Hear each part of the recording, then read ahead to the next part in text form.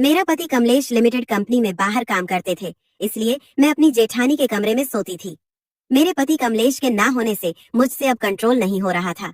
एक दिन मेरे कमरे देवर हमारे घर पर रहने के लिए आए। वह बहुत ही सुंदर और हैंडसम थे। एक रात मैंने देखा कि मेरी जेठानी अपने कमरे में नहीं थी। मैं उन्हें ढूंढने लगी। मैंने देखा कि जिस कमरे में मेरे देवर लेटे थे, उस कमरे की लाइट जली हुई थी और अंदर से कुछ अजीब सी आवाज आ रही थी। जब मैंने गेट के छेद से झांक कर देखा तो मेरे होश उड़ गए, क्योंकि वो और मेरी जेठानी, उन लोगों को साथ में देखकर मुझसे भी कंट्रोल नहीं हुआ और मैं भी दरवाजा खोलकर अंदर चली गई। फिर उसने मुझे और मेरी जेठानी दोनों को, मेरा नाम प्रीति है और मैं मध्य प्रदेश से हूँ। हमारी एक हैप्पी फैमिली है जिसमें मैं, मेरा पति, मेरी जेठानी, ससुर सास रहते हैं। मेरी शादी को 2 साल हो गए हैं। मेरा पति दिल्ली में एक लिमिटेड कंपनी में काम करते हैं और वह केवल 2-3 महीनों में घर पर आ पाता। हमारा घर बहुत आलीशान बना हुआ है। मैं ज्यादातर समय अपनी जेठानी के साथ बिताती हूँ और हम दोनों एक ही रूम में सोते हैं, क्योंकि जैसा कि मैंने पहले बताया, मेरा पति कमलेश 4 से 6 महीने में एक बार ही आ पाती है।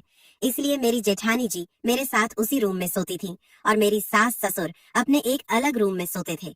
सास ससुर का रूम हमारे कमरे के पास ही था।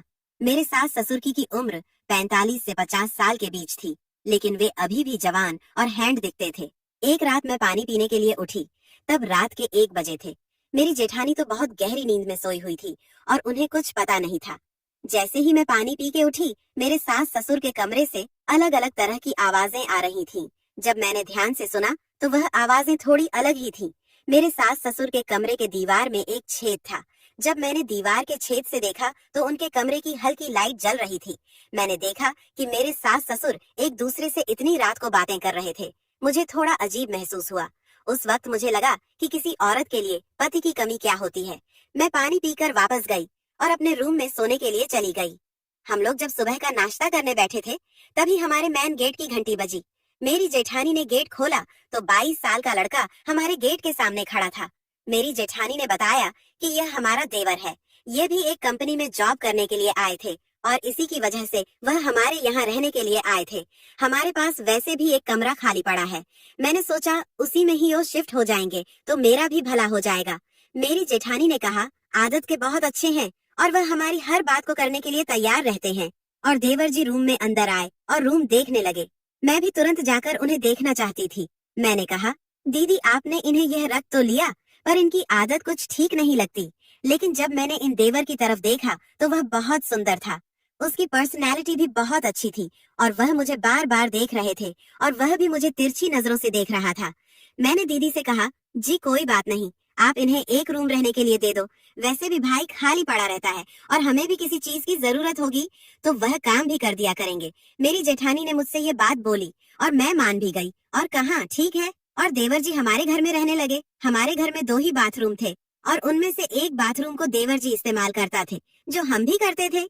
एक दिन देवर जी का गैस सिलेंडर खत्म हो गया। वह मेरी जेठानी के पास आए और कहने लगे, भाभी जी गैस सिलेंडर खत्म हो गया है, क्या मैं आपके रसोई घर में रोटी बना सकता हूँ? तो मेरी दीदी ने कहा, कोई बात नहीं, आज के दिन तुम हमारे यहाँ नीचे आकर खाना खा लो, हम तुम्हारे लिए खाना बना देंगे। प्रीति तुम्हारे कमरे में रोटी पहुँचा देगी। तो देवर जी ने बोला, ठीक है, जैसे आप कहें। फिर वह अपने रूम में चले गए।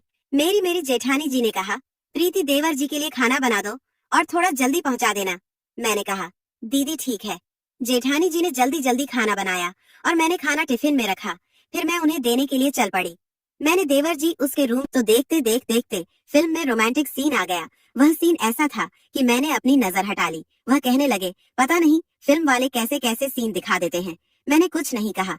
फिर मैंने कहा, ठीक है अब मैं चलती हूँ। उन्होंने ने कहा, भाभी जी पूरी फिल्म देख कर जाइए। मैंने कहा, नहीं नहीं, और अपने कमरे में चली गई। रात में मैं देवर जी के बारे में सोचती रही कि वह कितने हैंडसम थे। जब मैं उन्हें खाना देने गई थी, तभी मैंने तय कर लिया था कि अब मैं उसे ही अपने सिर का ताज बनाऊंगी। मुझे नींद नहीं आ रही थी। मैं उठी और फिर पानी पीने गई और मैं पानी पी करके जब आई तो मेरे सास ससुर के कमरे से फिर आवाजें आ रही थी। आज आवाजें कुछ अलग थी।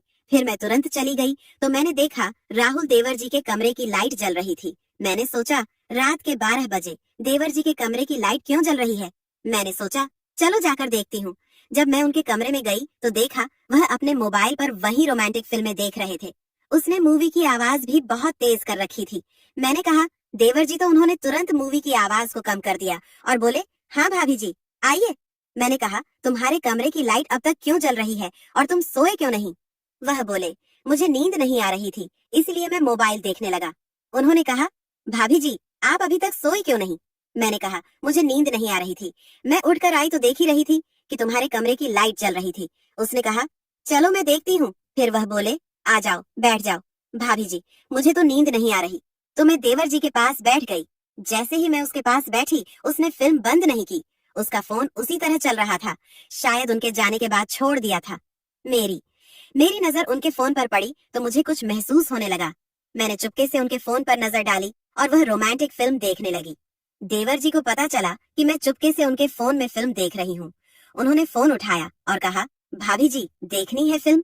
मैंने कहा, नहीं नहीं। उन्होंने कहा, देख लो। फिर क्या हुआ? मैंने कहा, नहीं नहीं मैं नहीं देखूंगी। मैंने उनकी ओर देखा भी नहीं, लेकिन उसने धक्के से मेरे हाथ में अपना मोबाइल थमा दिया और कहा, आपको रोमांटिक फिल्में पसंद है? फिर हम दोनों साथ में मूवी देखने लगे।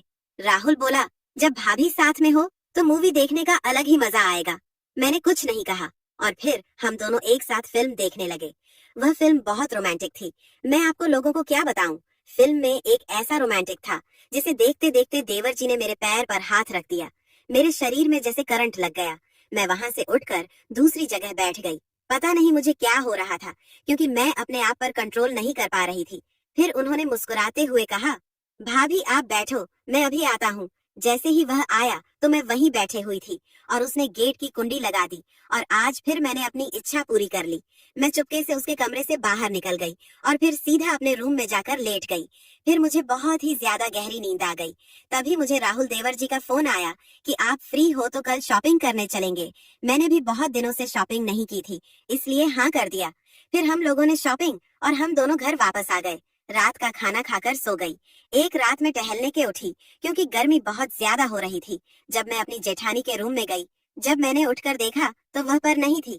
मैंने सोचा वह कहीं गई होगी या गर्मी की वजह से छत पर टहलने चली गई होंगी। मैं छत पर गई लेकिन वहां भी नहीं थी। मुझे लगा क्या वह राहुल के पास तो नहीं चली गई। जब मैंने देखा तो वह कमलेश देवर जी के कमरे में बैठी हुई थी, तो मैंने और तुरंत अपने रूम में आ गई। मैं सोने का नाटक करने लगी। जब जेठानी जी कमरे में आई तो मैंने उससे पूछा, तुम कहाँ गई थी? वह बोली, मैं फ्रेश होने गई थी। मैंने कहा, मैंने तुम्हें राहुल देवर जी के रूम में देखा था। वह बोली, तुम भी कमलेश से बात करती हो तो मैं तो कुछ नहीं कहती। तो दोस्तों, ऐसे ही और भी इंटरेस्टिंग कहानियां सुनने के लिए हमारे आलिया की वॉइस चैनल को अभी सब्सक्राइब करें और हाँ, वीडियो को लाइक करना मत भूलें। धन्यवाद।